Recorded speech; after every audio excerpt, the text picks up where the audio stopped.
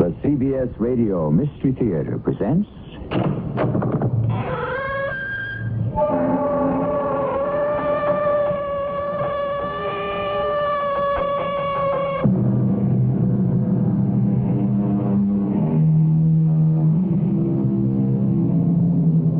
Come in. Welcome. I'm E.G. Marshall.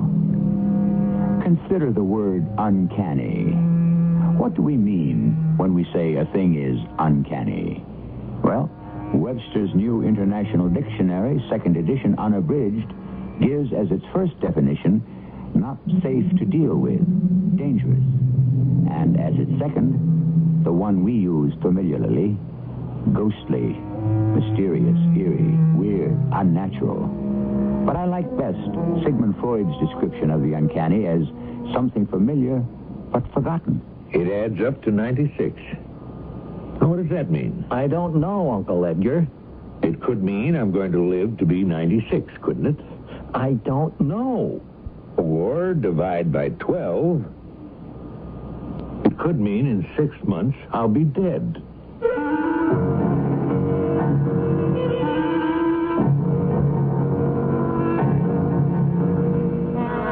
Our mystery drama, No Way Out, was written especially for the Mystery Theater by Elspeth Eric and stars Earl Hammond.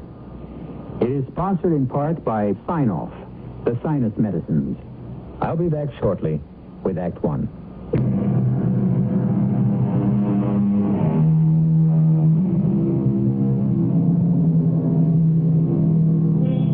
We all feel that we know what we mean when we say a thing is uncanny. But perhaps it is not the thing that is uncanny, but the feeling it arouses in us. And if we accept Freud's interpretation of the uncanny as something familiar but forgotten, well then, there's always the chance, isn't there, that we will remember what it is. Listen now to the story we have elected to call No Way Out. I'll tell you the truth. I never liked my Uncle Edgar. Well, actually, I never liked my Aunt Catherine either. Still, at the time all this happened, I was seeing him fairly frequently and with some regularity. After all, he was my only living relative, Aunt Kate having died some years before, and I was his. So, it was natural that we should keep in touch. Also, he was very rich, and I was not. Another reason for keeping in touch.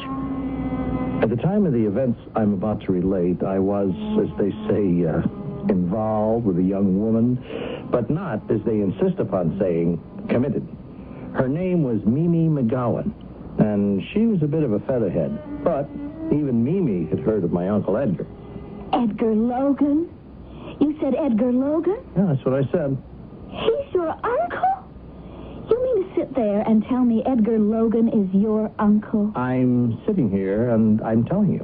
Why didn't you ever tell me before? Well, the subject never came up. But Edgar Logan? Goodness gracious, Mark. Edgar Logan, your uncle? And you never told me? What do you know about Edgar Logan? He owns all kinds of oil wells all over the place, and... Silver mines. He owns silver mines. Oh, I thought it was oil wells. No, not silver mines. Well, silver mines are nice. Very nice. He has several. Is he married? Oh, he was. To my Aunt Kate. He's divorced. How long has he been divorced? He's not divorced. You said... Aunt Kate died a few years ago. Oh, what a shame. How old is he? Oh, about 50, I guess. Oh, that's not old. Not really old. Tell me about him. Why? Because I'm interested. I'll just bet you are. Why wouldn't I be interested in somebody who's related to you? Well, you never have been before. Honey, I never even knew you had any relatives. You never mentioned any. There aren't any except him. My mother's dead, and so is my father. I've got no brothers or sisters or Your cousins. Uncle Edgar and, what's her name, his wife? Aunt Catherine. I call her Aunt Katie.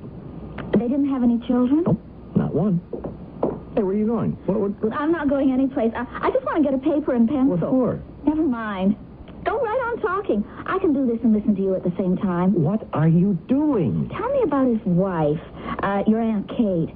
What was she like? Aunt Kate, well, let's see. Aunt Kate was... she was the most totally depressed woman I ever met. Depressed? Completely. Oh, well, what did she have to be depressed about? Mimi, there are lots of people who are just depressed. Not about anything, they're just depressed. I myself am somewhat depressed about 6 days out of 7. I never knew that. But Aunt Kate was chronically depressed. You know, depression hung all over her like a shroud. My goodness. Of course, she wasn't well. She was sick? I didn't say she was sick. I said she wasn't well. She was always having to go lie down. She was tired. Tired. Or dizzy. Why was she dizzy? Well, she got dizzy every so often from hyperventilating. What's hyperventilating? Taking big, deep breaths. I thought that was supposed to be good for you. Taking big, deep breaths. No, not if you take too many. Oh, I see. Sometimes she'd faint. From taking too many deep breaths? Yeah, I guess so. So what the heck are you doing? Are you writing a letter? No, I'm not writing a letter. I'll tell you in a minute. Go on about your Aunt Kate. Well, they lived in this big penthouse. Penthouse, huh? With a terrace on all 4 sides. All 4 sides? Oh, it was spectacular. I've never even seen a penthouse with a terrace on all 4 sides. I've never even seen a penthouse. All I've ever seen is dumps like this one, or like yours. Well, go on. Well, one day she went out on the terrace. She was hyperventilating, and she got dizzy. I guess she fainted. Anyway, she fell off. Oh, that's sad. Did she die? Well, she fell from the 22nd floor. Very sad. How long ago did this happen? Oh, 5, 6 years, something like that. And your uncle never got married again? No. I guess he really loved her. He still talks about her a lot. What a wonderful woman she was. Still takes flowers out to the cemetery and puts them on her grave. Really? I drive him out. Oh, in his car, of course. He has a chauffeur, but, when he goes to the grave, he likes me to drive him. Sure. I wait in the car while he takes the flowers to the grave. That's nice. He stays 5 or 10 minutes. Then he comes back to the car, and I drive him home. It's the least I can do. Oh, no! Hey, what's Oh, no! What's the matter? What happened? Oh, he's a 4. Oh, what? Your uncle is a 4. Oh, yeah, what? Well, what's a 4? Numerically, Edgar Logan adds up to a 4. Look, see? Here's how it adds up. Edgar, 54719. Logan, 36715. Add them up and you get 40. 4. Oh. The O doesn't count, so that makes him a 4. Oh, that's terrible. Why is it terrible? What's so terrible about being a 4? It's the worst you can be. Unimaginative, uninspired, a clod. Absolutely a clod, a complete clod. Oh, you don't believe that stuff, do you? Of course I believe it. I myself am a 5. Clever, a risk taker, very active sexually. Did you know that the word sex actually adds up to 5? Oh, well, I never knew. But your uncle, a 4. Oh, of course, 4s are also very industrious. They work hard. Oh, that's him. But the sad part is, 4 is the number of failure. That is not him. Don't tell him I told you this. It might depress him. Oh, no, I wouldn't dream of it. Maybe there's some way we can fix it. Maybe he could come out of 5 like me. Probably not a 9, which is the very best. But maybe a 6 or an 8. How do we do that? I don't suppose he'd change his name. At his age? Yeah, I don't think so. We'll think of something. I just can't believe that you're serious about this whole thing. Mark, numbers rule our lives. Numbers have mystical significance. Numbers have vibrations, like light and electricity and magnetism and molecules. Didn't you know that? No, I never knew that. And vibrations, Mark. Vibrations control our characters and our destinies. A few days later, Uncle Edgar called me for lunch. Always a big treat for me, and I look forward to it. Well, by the time we went to lunch, I'd practically forgotten Mimi's horror at Edgar's being a 4, with its concomitant attribute of being a clod and a failure. Nothing about that luncheon suggested anything but well-larded success. Had enough? Oh, are you kidding? Satisfied? Oh, better than that. Now then, we'll get the check. Waiter, check here. Won't be able to drive you home, Mark. Oh, I'm sorry. Darndest thing happened. On the way here, got sideswiped by a taxi. Oh? Didn't do much damage? Ruined the paint job. Ah, it's too bad. Of course, I had the chauffeur take it right to the shop. Can't drive around with it looking like that. Did I ever tell you what I paid for that car? You told me. Plenty. Anyway, that's not why I brought it up. Thing is, I got the license number of the cab that sideswiped me. It was 217... Oh, here's the check. Yeah, thank you. 2172. That was the number of the cab. Isn't that the darndest thing? Oh, I don't know. Is it? Well, don't you get it? 2172. Well, I don't think That's my address. That's where I live. Oh, yeah. Yeah, 21 South 72nd. Yeah. Well, what do you know? Yeah, what a coincidence, huh? Uncanny, isn't it? Well, I'll have to tell Mimi. Mimi? Mimi who? Who's Mimi? It's a girl I know. How do you meet all these girls? I never meet any. You don't get around enough. Yeah, no, I guess not. Well, at my age... Okay, you're not that old. Keep remembering Kate. It's been a long time. I know. But I can't forget her, Mark. Such a wonderful woman. I was her whole life. She never gave a thought to herself. Just me. I was her whole life. Wonderful woman. Here, you do this. What's that? Add up the check. I always do that. They'll cheat you if you give them half a chance. I can't see so good. My eyes get all misty talking about Kate. Clouded my glasses. Yeah, okay, I'll do it. It's about time we made another trip to the cemetery, Mark. Yeah, anytime you say. And I think of that little lady lying out there, all by herself in the cold ground. No, Uncle. Breaks my heart. When I get the car out of the shop, 2-3 days, we'll go out to the cemetery, okay? Yeah, okay. And meantime, maybe you'll introduce me to this Mimi person. Sure, if you want me to. Yeah, gotta get out more. Gotta stop brooding about Kate. That's right.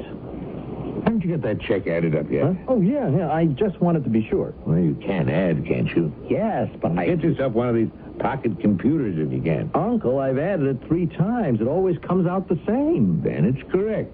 Hand it over, I'll pay it. Here. $21.72. Yeah. Good Lord. 2172. The license plate. My address. Now this. Why, it's uncanny. I kept telling myself it was a coincidence. Just a coincidence. That's all it was. The same number turning up on the same day 3 times. A coincidence. That's all. But that didn't stop a shiver from running through me. That didn't keep me from feeling that the whole thing was uncanny. There it is again. That word uncanny. Dangerous, not safe to deal with. Or mysterious, weird, unnatural. Or, and this is the definition not given in the dictionary, familiar but forgotten. It is this last meaning that we shall explore when I return shortly with Act 2.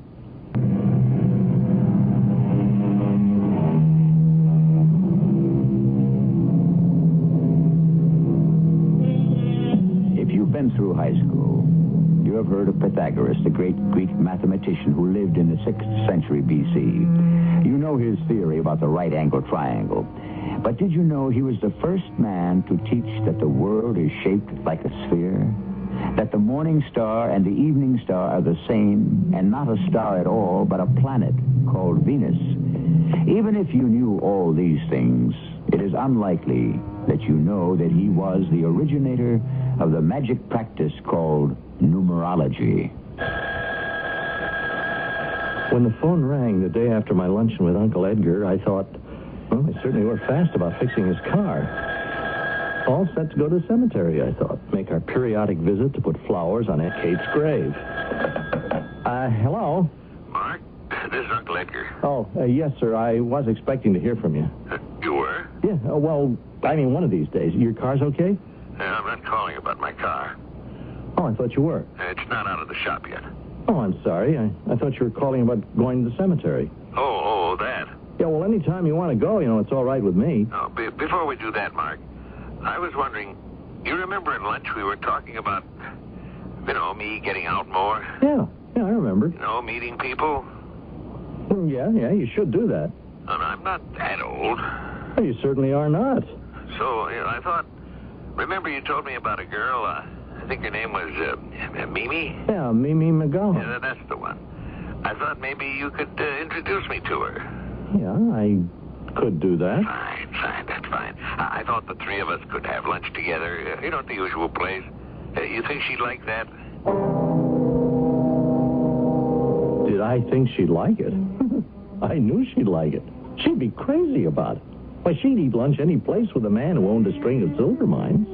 So, I arranged it, the luncheon, the three of us. And then I arranged another one, and then I arranged a dinner.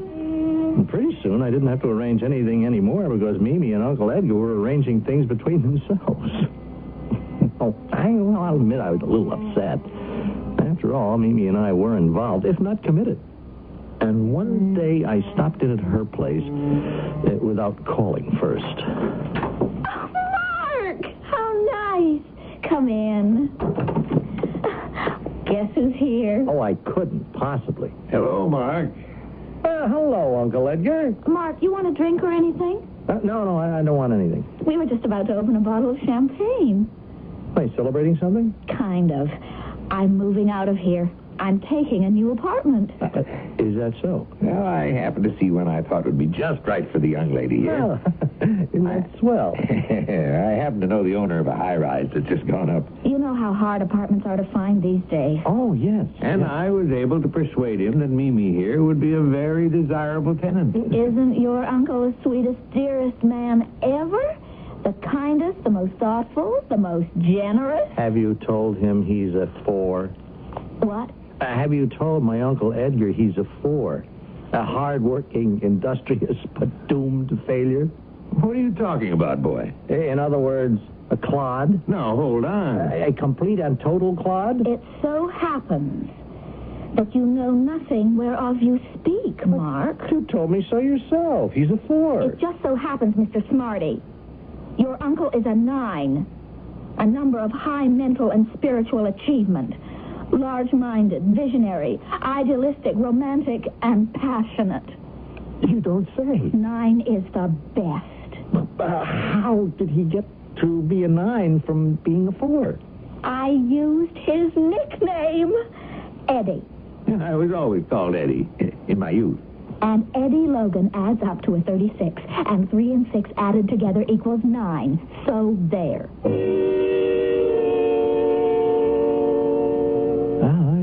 I was ready to give up. Not only had I lost my girl to my uncle, but she had him freaked out in this numerology gonk. I was disgusted with the both of them. Still, so when Uncle Edgar phoned me a few days later and asked me to have luncheon with him, well, I accepted. After all, I could use a good meal. I can't tell you, Mark, how grateful I am to you. Introducing me to Mimi the way you did. It's made a big difference in my life. Yeah, hers too, I imagine. I hope she likes me. She seems to. Oh, by the way, have you ever told her about that amazing coincidence? You remember the last time we had lunch here, you told me how your car had been sideswiped by a taxi and you got the license number? And it was the same as your address? Yeah, 2172. Yeah. Yeah. And remember when the bill for lunch came, you asked me to add it up and it came to 2172? You remember that? Yeah. 3 times in one day? Yes. Wasn't that the darndest thing? Why, did you tell Mimi about it? No, I never did. Well, why not? I don't know. Well, she's so interested in numbers. Yeah. How about me turning out to be a 9, huh? How about that? Hey, 9 is the best. What are you? Oh, I have no idea. Aren't you interested? Nope, not particularly. You never knew I used to be called Eddie, did you? To me, you've always been Uncle Edgar. At school and at college, I was always called Eddie. And then I met Kate. We got married, and I wasn't called Eddie anymore. Kate didn't like calling me Eddie. And lucky you remembered that, about being called Eddie. Yeah. Or you'd be a Ford. By the way, is your car fixed? Huh? With the taxi took the paint off. You get it fixed up? Oh, sure, a long time ago. Looks all right? Good as new. Mimi's quite hard. She loves being driven around in it. You know, when you called me, I thought you wanted me to take you to the cemetery. It's about time, isn't it? Matter of fact, Mark, the reason I called you for lunch, I wanted to ask you to do something else. Oh? What's that? Mimi moved into her new apartment today. Oh, yeah, the one that you found for her. Yeah. And I thought maybe we'd go up there and look at it. Maybe take some champagne, kind of to christen it. You really want me to come along? Oh, I do. Yes, I do. After all, if it hadn't been for you, Mark, I'd never have met Mimi. It would be nice if we went up there together, not just me alone. Will you? Sure. Why not? Good. And later we'll talk about going out to the cemetery. It was a beautiful apartment building, all right. The lobby had a marble floor, and the walls were paneled, and there were a few tall potted plants here and there.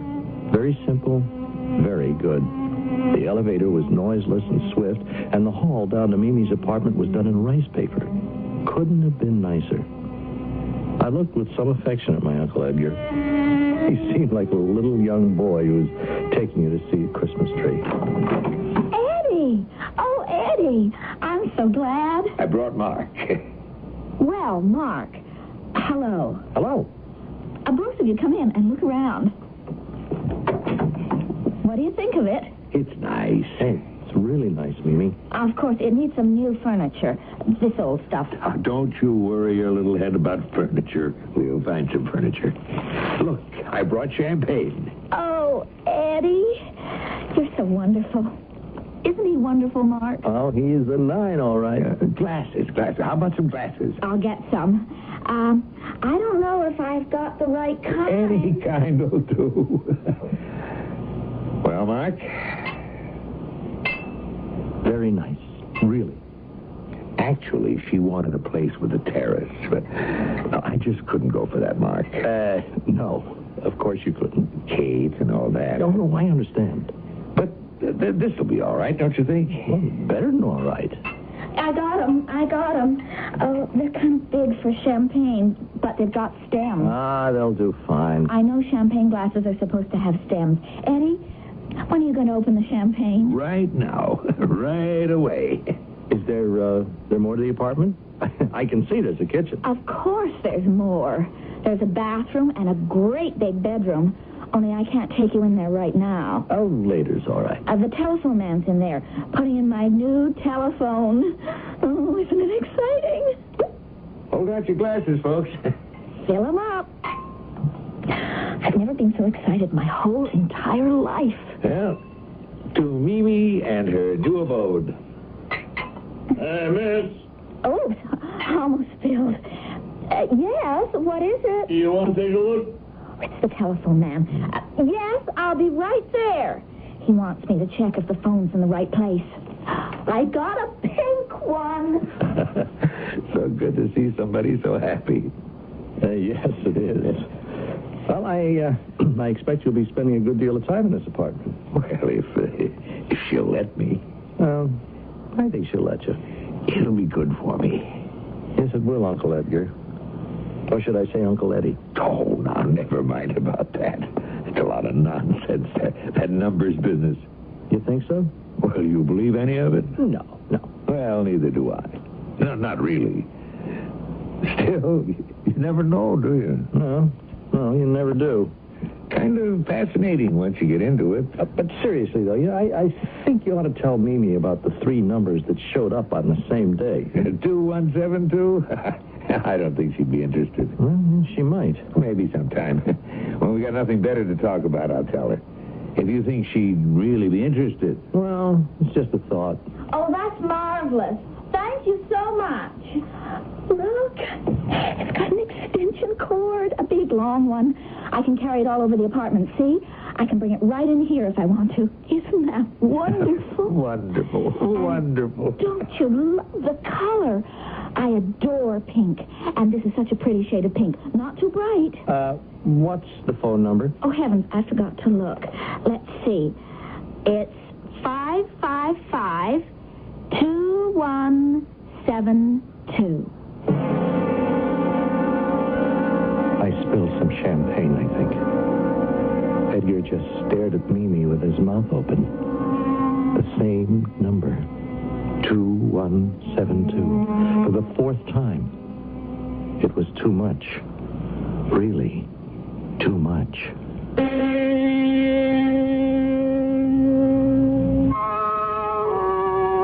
Pythagoras really started something, didn't he, when he became obsessed with numbers? It all started when he discovered that if you shortened the strings of a musical instrument, the sound they made was of a higher pitch. And a string twice the length of another string gave out a sound precisely 1 octave lower. From this revelation, he leapt to the astounding conclusion that everything in the whole universe was ordered to one great mathematical design. Who's to say he was wrong? I'll be back with our final act shortly.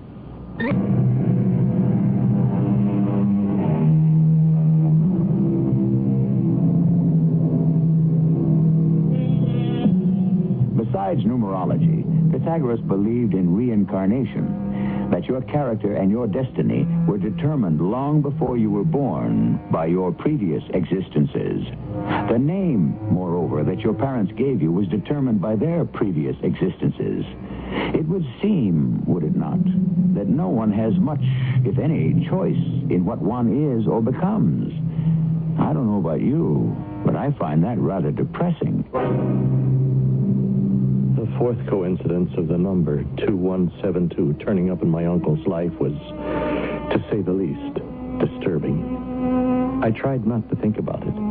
But, as so often happens, it is impossible not to think about something you're trying not to think about.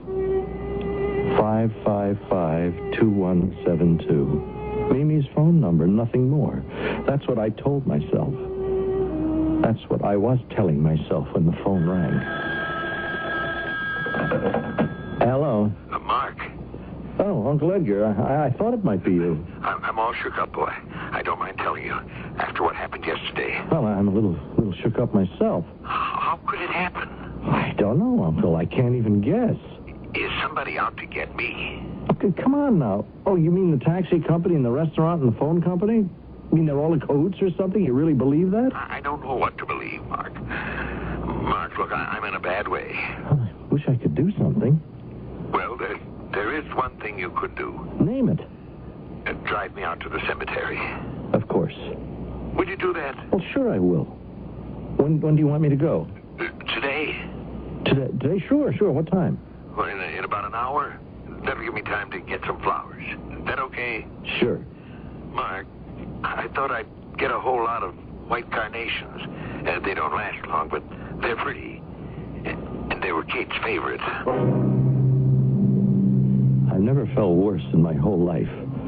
I'll grant you, I've been more than a little jealous when my uncle and all his money moved in on my girl.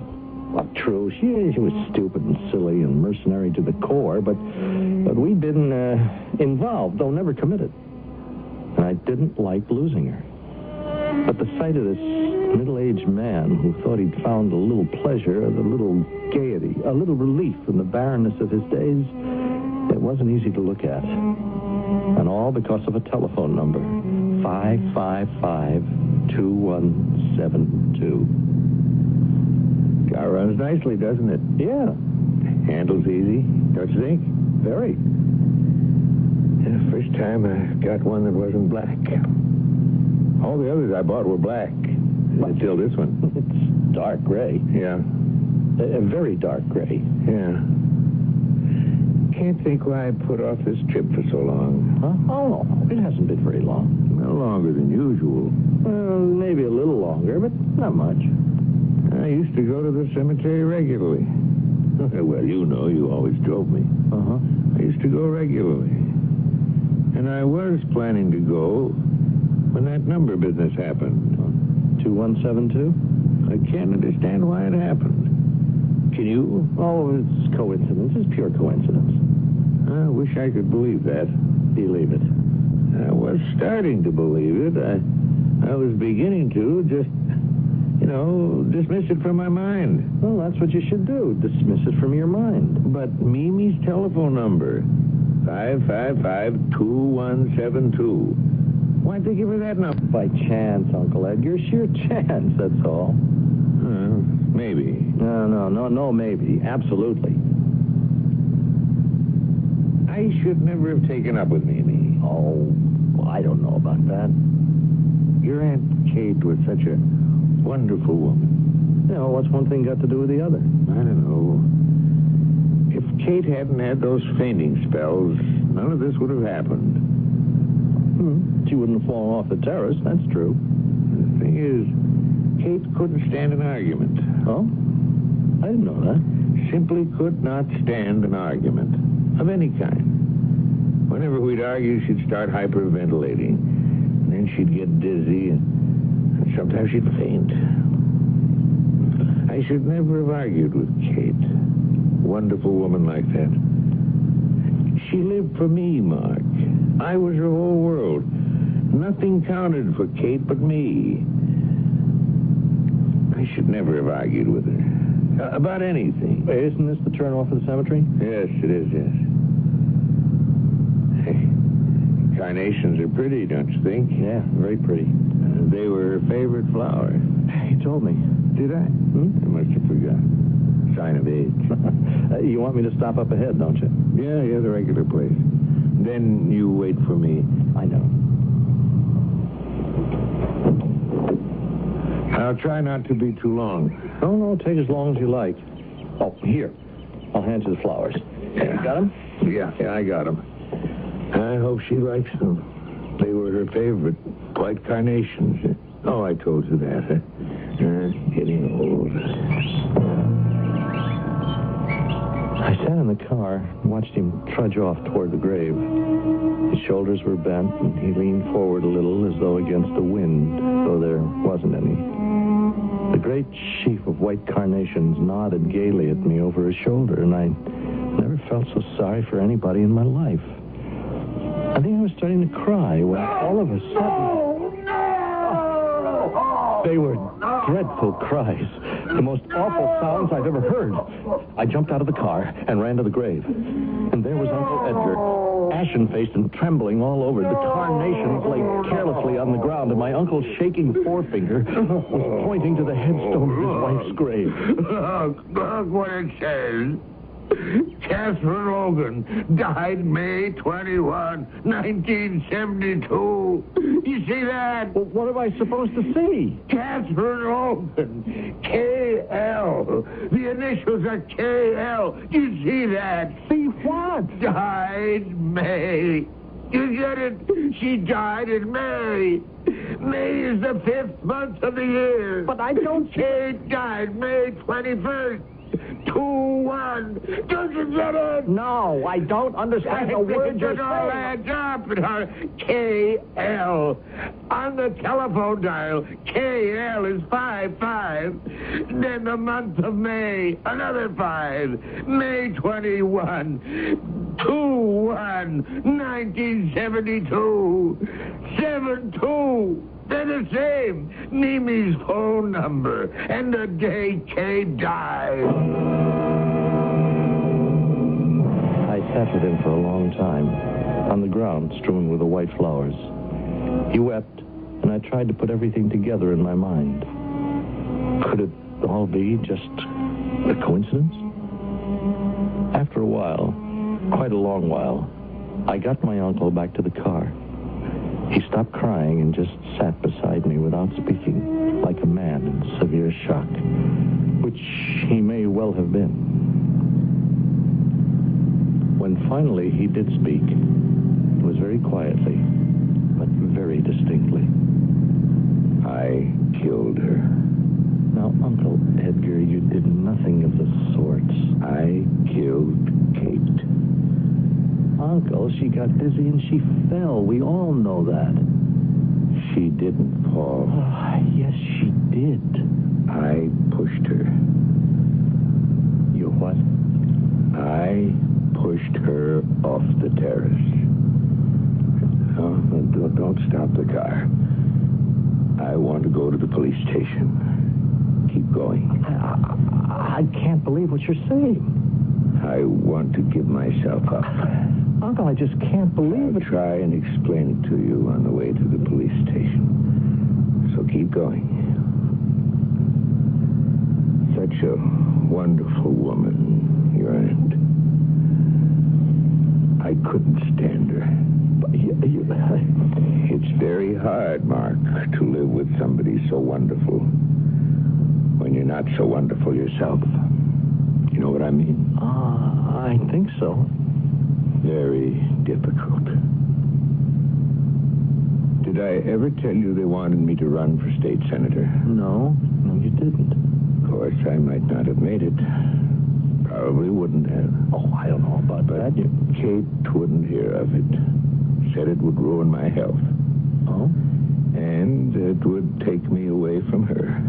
Oh.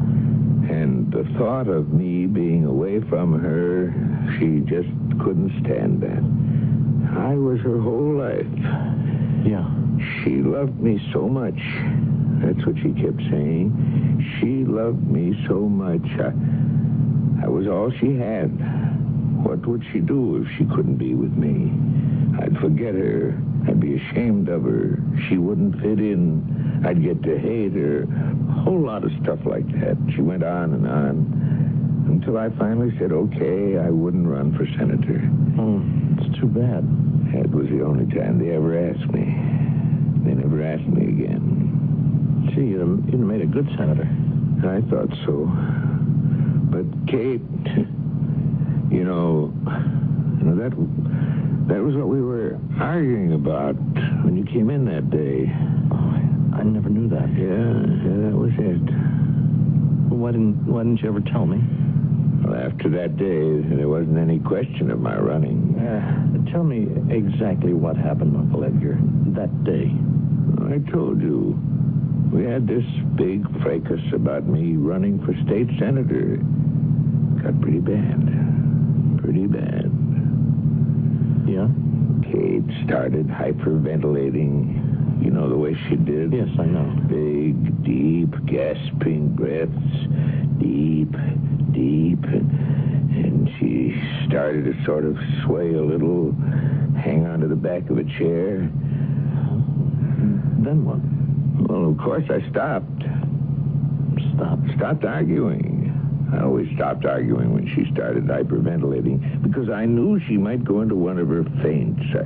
I said, okay, forget it. Just forget the whole thing. Forget I ever mentioned it. Just forget it. But she was still gasping for breath and sort of swaying back and forth. So I said maybe she better go and lie down. That's what she usually did. Yes, I remember her lying down. Yeah, she said she would. And then the doorbell rang, and it was you. I said I'd let you in, and she said make her excuses, etc., etc. And I started for the door to let you in, but instead of going to a room, she headed for the terrace.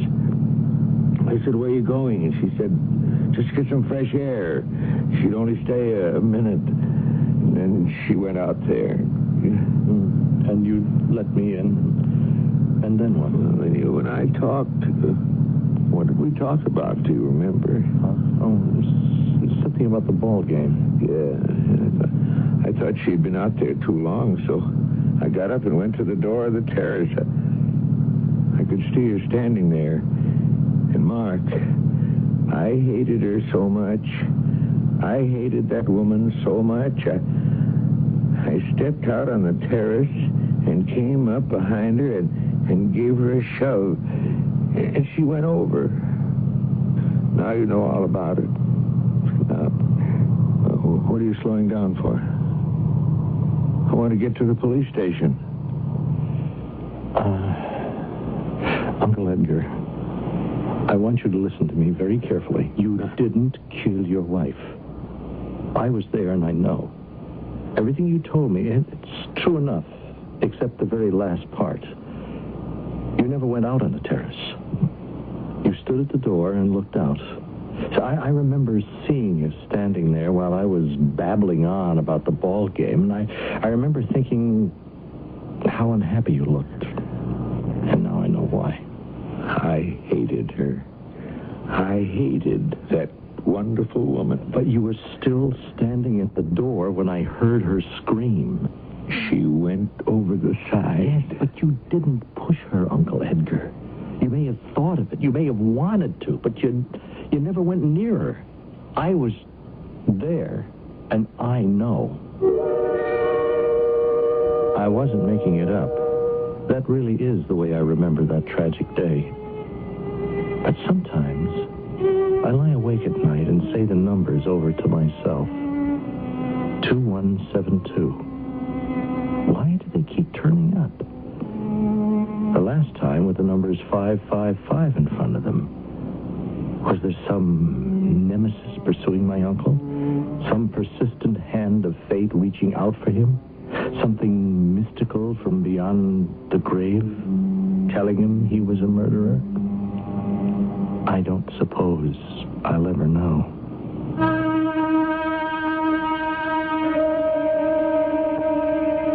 Mark is not the first to muse on the possible mystical attributes of numbers.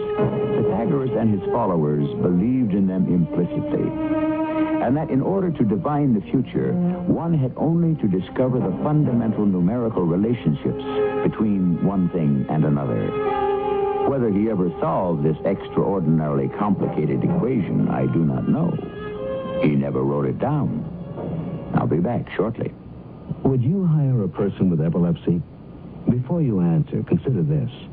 Companies that do employ people with epilepsy say these employees often have better job performance, attendance, and safety records than non-handicapped workers. Employers also find that when employees are given the facts about epilepsy, they're most understanding. And even if a person has a seizure on the job, co-workers aren't alarmed. They're helpful. Accident insurance rates don't increase when you employ people with epilepsy. These rates aren't based on who's employed, but on the actual accident experience of the company and of similar companies in the area. Most types of epilepsy are controlled by medication. That's why people who've chosen not to reveal their condition can keep it hidden. Why hide? Well, that gets me back to the question. Would you hire a person with epilepsy? Epilepsy. It's not what you think. Get the facts. Contact your local epilepsy chapter or write Epilepsy Foundation of America, Washington, D.C., 20036.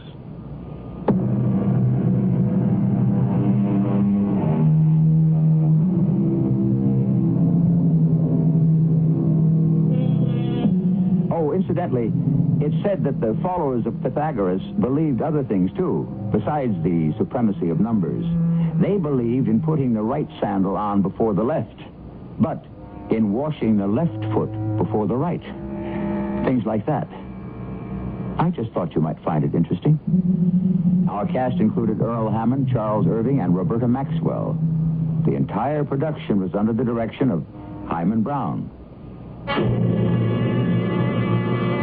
And now, a preview of our next tale. I'm scared. Oh, what? Read it this way. The guy really is the boy from down there, old Nick, or makes out to be. How could he touch you? You don't believe in all that junk, do you? When it comes we have to lay it on the line, I don't know. Come on, Manuela. We were brought up right. We go to early mass every day. And all the high masses, we can make holidays. We confess. Do we believe all the way? I don't know. Suddenly I'm scared I made a deal for the best part of me. Just because I wanted to be top dog in the circus.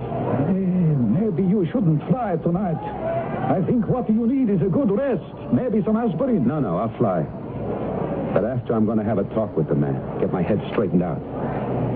I just realized it. My whole life is riding on just how real Diavolo is.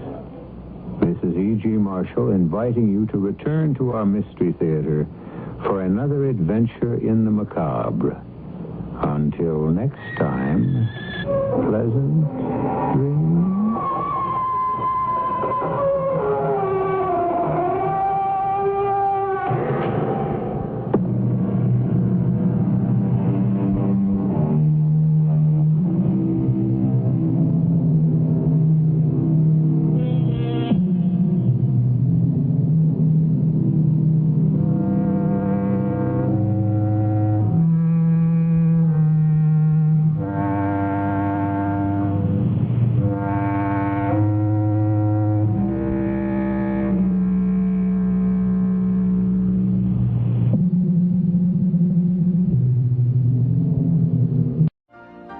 You've been listening to the OTR Gold Network. Find more classic radio at otrgold.com.